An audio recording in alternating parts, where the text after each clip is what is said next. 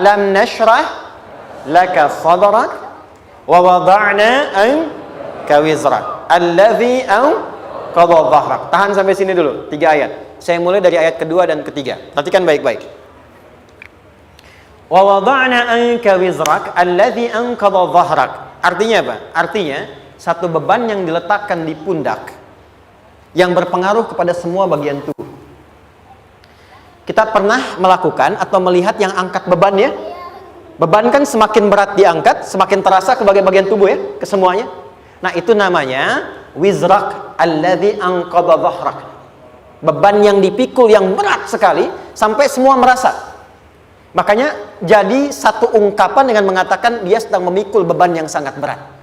Sampai kepalanya pusing, tidur nggak nyaman, miring kanan, miring kiri. Itu namanya ya alladzi anqadha dhahrak. Satu.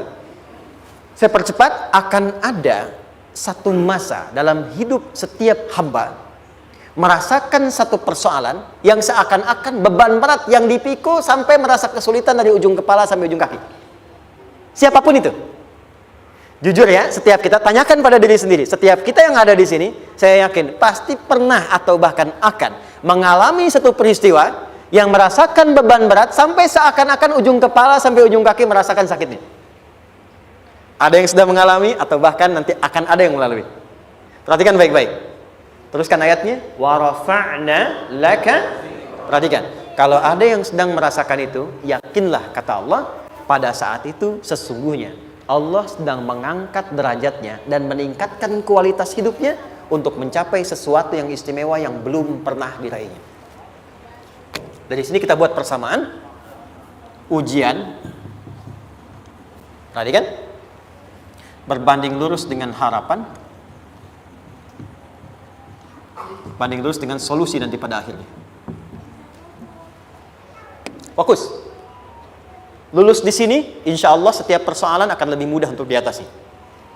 Ujian, seberat apapun yang sedang kita alami, tidak akan pernah diberikan kepada kita oleh Allah, kecuali ternyata hikmahnya untuk mengabulkan harapan-harapan besar yang sebetulnya kita mintakan.